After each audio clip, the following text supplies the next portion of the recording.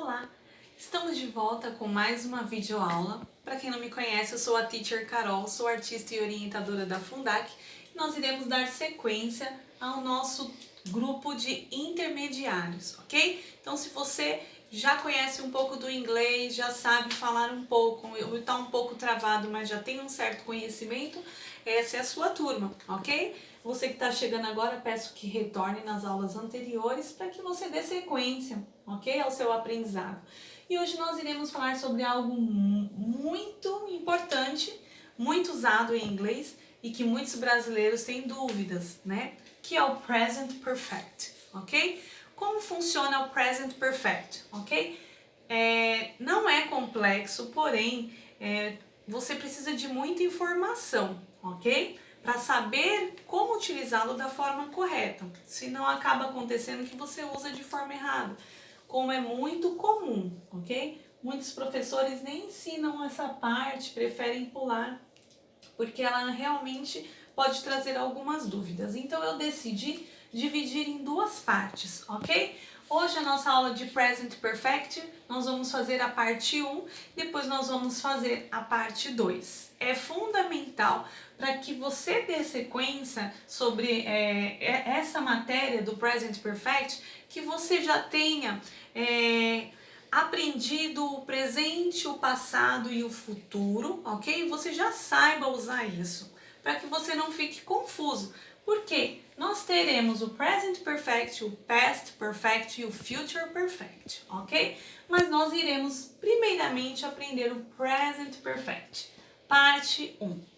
Bom, para você entender o Present Perfect, você vai ver que as frases, elas são constituídas através do sujeito, tá? Para I, eu, you, você, we, nós e they, eles ou elas, nós usaremos o have, ok? Lembrando da regra do presente mesmo, né? He, she, it, o have ele se transforma em has. Não se esqueça disso, ok? Então, para he, she, it, nós vamos usar has. E como vai funcionar? Sempre vai ter que ter o sujeito, o have ou o has e o participle. O que é o participle, professora? É aquela terceira coluna da lista de verbos. Você se lembra da lista de verbos? A primeira coluna é o presente, ok? A segunda coluna é o passado e a terceira coluna é o particípio, ok? Muitos professores ensinam como ado, ido, né? Cantado, tenho cantado, né? Eu tenho estudado muito, eu tenho lido, né? Então esse lido, estudado, ado, ido seria a terceira coluna. E a gente fala em português, eu tenho lido muito. Só que a gente tem que ter atenção com relação a isso. Porque se eu falo para você em português, nossa, eu tenho estudado muito, quer dizer que eu estudo muito no tempo presente. Já em inglês a gente tem que tomar cuidado, tá? Por quê? Vou falar sobre a primeira forma de uso, tá? O Present Perfect, embora tenha esse nome Present Perfect, ele também está ligado ao passado. A gente fala que o Present Perfect ele é um tempo verbal meio doido, porque ele não tem um tempo específico na timeline, né? Vamos supor que existe uma linha do tempo, tá? Existe uma linha do tempo, a gente chama ela de timeline, ok? Na timeline nós temos o past, que é o passado, present e o future, tá? O present perfect, ele não vai ter um lugar certo. Ele pode ser só o passado, ele pode ser o passado vindo para o presente e assim por diante. Então ele, dependendo do contexto dele, ele vai se mover nessa timeline. Por isso que muitas pessoas têm dificuldade. Então vamos usar o primeiro exemplo, tá? Como passado. Como que eu uso o passado em inglês? Usando o present perfect, tá? Bem simples. I have thought in English, ok? I have thought in English. Eu ensinei inglês. Poxa, e esse have não vai ter tradução? Não, não vai ter tradução. Você simplesmente disse eu ensinei inglês, tá? Não é eu tenho ensinado. Dependendo do contexto, eu ensinei inglês, tá? I have taught in English quer dizer que você ensinou inglês. Então, seria uma frase do passado que não veio para o presente, ficou no passado. Outro exemplo aqui, ó. I have worked for this school, tá? O que quer dizer essa frase? I have worked for this school. Eu trabalhei para essa escola ou nessa escola, ok? Também ficou no tempo passado, não veio para o presente. Trabalhei nessa escola. I have worked for this school, tá? Não vai ter tradução o have. Vocês podem se atentar no detalhe que aqui nós temos um verbo, né, regular.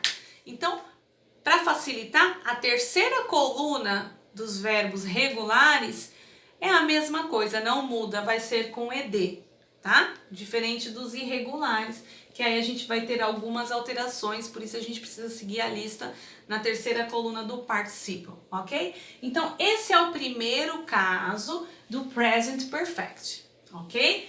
Quando a frase, usando o present perfect, ela está no passado, tá? Segundo exemplo. Quando a situação aconteceu no passado, tá? Mas continua acontecendo no presente, ok? Então, something that happened in the past, but still happen in the present, ok? Então, vamos lá para o nosso exemplo. I have taught English for 20 years. Olha que legal!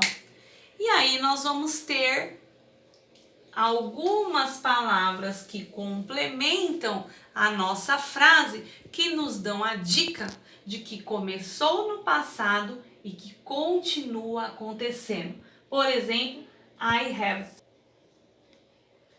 E agora nós vamos continuar com o segundo exemplo, que é o past, ok? Alguma coisa que aconteceu no passado, mas que still happen, continua acontecendo no presente. Enquanto o primeiro exemplo foi algo que começou no passado e é passado e acabou, morreu lá, tá?